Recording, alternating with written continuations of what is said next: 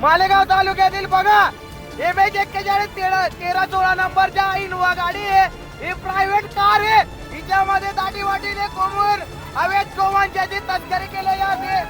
बघा नंदुरबार जायखेडा मालेगाव वडगाव गोरक्षकांची ही बकरी नंतर कारवाई आहे. बघा हे गुन्हेगार गोवंश तस्करी बंद करण्याच्या नाव नाही घेते. रुका रे रुका